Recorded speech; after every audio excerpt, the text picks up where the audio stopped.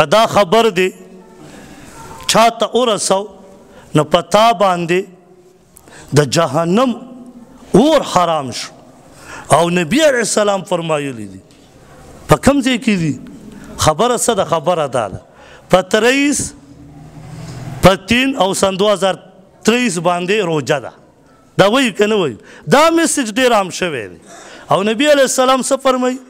چا چې په ما باندې دروغ وتړل دروغ نو د ځان ته په جهنم کې قنده تیاره کړه اوس دا دروغ موږ په نبي علیه السلام ورتړو نو دا خو هر چا ته پته ده چې هر کال په رمضان کې روجئ نو بس د کال سر نه بس چې عمر تېرېږي بس ورکوه دا میسیجونه به جهنم اور به در باندې حرامېږي منځونه او بیا روجې مه نیسه ولې جهنم اور در باندې حرام ده دا د ځان نه میسیجونه یو خو دا لرې کړو دویمه دا لرې کړو چې جمعې ورځ شي یو به یو ته میسیج واټساپ باندې ورولېږي